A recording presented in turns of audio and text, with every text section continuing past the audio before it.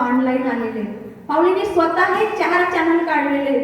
की समजा ज्यांना वाचता येत नाही किंवा बऱ्याच जणांना काही मोबाईल चालवता येत नाही, बऱ्याचशा अडचणी येतं की आता एखाद्याला वाटतं मी ग्रंथ ऐकायला पाहिजे, वाचायला पाहिजे, त्याला वाचता येत नाही, अशा लोकांसाठी ज्ञानेश्धाम ऑफिशियलवर माऊलींचा पूर्ण ग्रंथ आहे, नित्य स्तोत्र आहे आणि खूप सोपं आहे. हे जे ज्ञानेश्धाम ऑफिशियल आपण यूट्यूबला जर सर्च केलं तर लगेच येतं. किंवा आपल्याकडे या जगद्गुरू माऊलींचा कुठलाही ॲप असू द्या, बरेच जण आता नवीन आहेत, तुम्हाला माहिती नसेल, पण तुम्ही यूट्यूबला जर ज्ञानेश्धाम ऑफिशियल किंवा जगद्गुरू ज्ञानेश्धाम असं सर्च केलं तर तिथं गुरुमाऊलींचे सगळे चॅनल येतात आणि त्याच्यावर क्लिक केलं तर या गुरुमाऊलींचं कार्य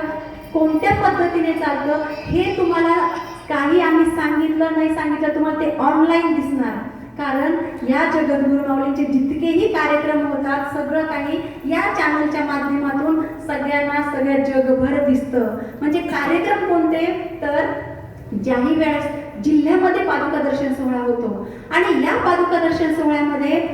ज्या कुटुंबामध्ये एखादा पुरुष गेलेला असतो त्या विधवा महिलेचं कुटुंब चालवण्यासाठी तिला सिलाई मशीनचं वाटप होतं, गिरणी घरघंटीचं वाटप होतं किंवा अनेक शेळ्या बकऱ्या म्हशी अशा पद्धतीने वेगवेगळे सामाजिक उपक्रमाच्या माध्यमातून त्या वस्तू तिथं वाटप केल्या जातात. आणि हे सगळं तुम्हाला ऑनलाईन दिसतं की परभणी जिल्ह्यामध्ये काय झालं, नांदेड जिल्ह्यामध्ये काय दिलं, कुठं कोणता कार्यक्रम आज आहे, गुरुमाऊली आज कोणत्या पीठावर आहे, हे सगळं जे आहे ते सगळं तुम्हाला यूट्यूबला बघायला मिळतं. आणि ज्यांना समजा वाचता येत नसेल तर त्यांनी गुरुमाऊलींचा हा ज्ञानेश्धाम ऑफिशियल सिलेक्ट करायचा आणि तो शिकून घ्यायचा, आपल्या नातवाकडून शिकून घ्यायचा आणि तो जाऊन घ्यायचा, तो ग्रंथ वाचन सुद्धा आपला होतो. बघा प्रवचनकार आहेत नाशिकच्या